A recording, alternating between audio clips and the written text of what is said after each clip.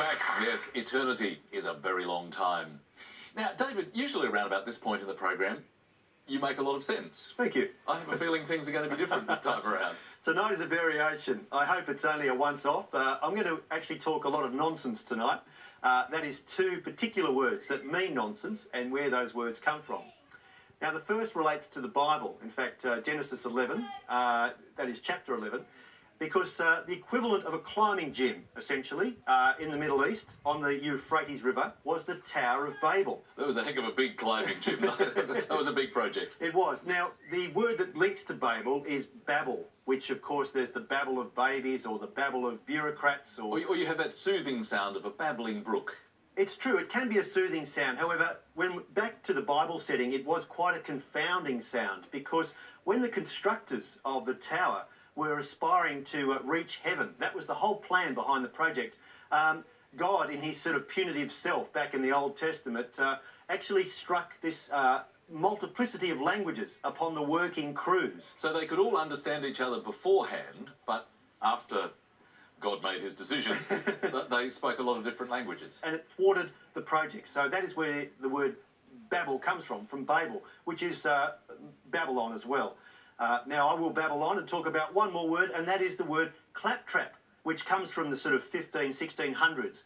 What it was a gimmick used by old actors or ham actors to essentially induce laughter and applause. Actually, I love that idea of something which actually captures applause, a sort of clap trap. It is. It's a lovely word, and it has that sort of inner rhyming, so it was a very, it really stuck with the people. And it was a snub used by serious actors and writers, thinking that this was just a sort of a cheap gag, a one-liner, a little bit of a kind of party trick. Oh, so it was a put-down? It was a put-down, right. And so the word claptrap was coined, and claptrap soon became synonymous with something that was nonsense or sort of secondary to the action of the play. Not that we'd ever succumb to demean ourselves to the business of a claptrap on letters and numbers. I think you demanded that applause. I think you deserved that applause. That was claptrap. David, thank you. Let's have a look at our scores before we move on. And Martin is on 17. Emma is on 24. We are heading for some more letters, and you're going to deliver them, Emma. Lily, can I start with a consonant, please? You can indeed. F. And another one, please. N. A third consonant, please. D. And a vowel, please. I. I'll have another vowel, please. E. We'll try for a consonant, please. S. Another consonant, please. R.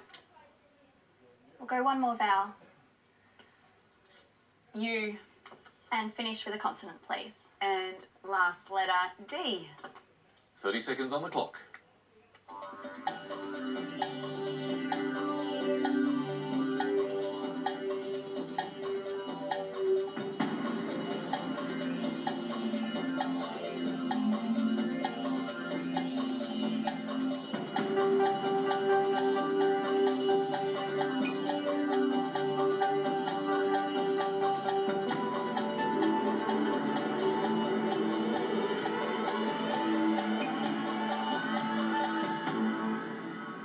How many that time, Emma? I'm a 7, thank you. That sounds great. Martin? 7 as well. Let's begin with yours.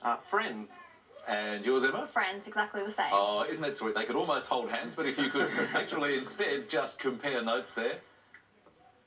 Friendship at the competitive table, David. It is. It's very sweet. And in fact, an anagram of friends is finders, and both of you are keepers now of 7 points. Well played. Good game. Excellent work. So great scores and great effort from Martin and Emma, 7 points each. Well, Martin, I don't know about all this friend stuff. I think we need a bit more competition. What would you like? All right, let's change it up and start with a vowel this time. Sure, let's start with A. And a consonant now, please.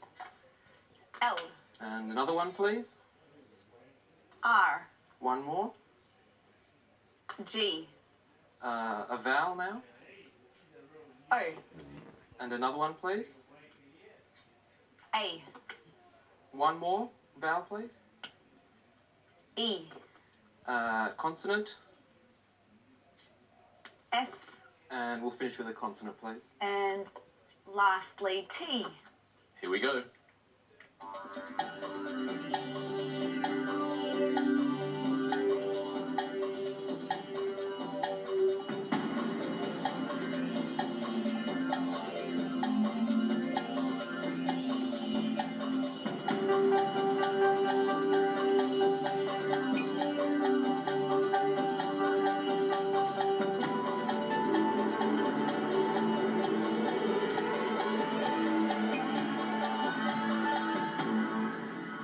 What did your competitive spirit come up with, Martin? You know, we'll go risky 8, I think. That sounds very good. Emma? A 7. 7. Let's start there. Largest? And yours, Martin? Gloaters? Well, Gloaters. What do we think, David? Largest is good, but gloaters? I dashed to Gloater just to double check that it was listed as a run-on entry from Gloat, and it is. So you have bragging rights on this one. Well played, Martin. An excellent 8, and the best that I could find as well. Excellent work. So, well done, Martin. A big 8 points. Emma, some numbers, please. I quite like the perfect match as well, Lily. 3 large and 3 small. Great. 3 large and 3 small. And let's see what we have. 2, 1, 7, and the 3 large, 50, 75, and 100. And the target to reach is 452. Thank you, Lily. Let's head there.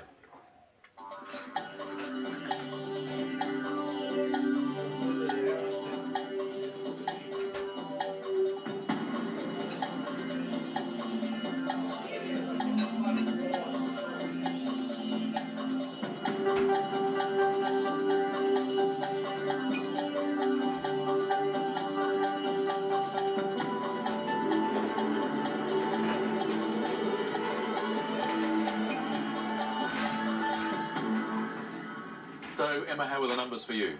Just 2 off, 450. Well done. Martin? I got 452. Yours, 452. Oh, yeah. Okay, not 450 as well. No, sorry, yeah. So you're spot on the target. Tell us what you did. Lily, 7 times 50 is 350. 7 by 50 is 350. Plus the 100 is 450. Plus the 100 is 450. And then just add the 2. Add the 2 is 452. Very good work, Martin. Did you use the same method, Lily? No, I happen to use a different method. Show us. I'll talk you through it. Now, 7 minus 1 is 6. 6 by 75, and this is where learning the 75 tables comes into it. Do you know what? I'm going to confess. I actually remembered that. And it's what one of is the it? few ones where 6 times 75 is, well, a useful number. Yeah. You know it. I know you're just fibbing, but is 450, and then if you add the 2 is 452. Lovely work. Well done, Lily. Well done, Martin, though. Big 10 points for him, so he consolidates his lead. Emma's on 31. Martin is now on 42. Another break coming up. Another word mix for you. This time it's relic nag. And your clue, empty circle. Back in a while.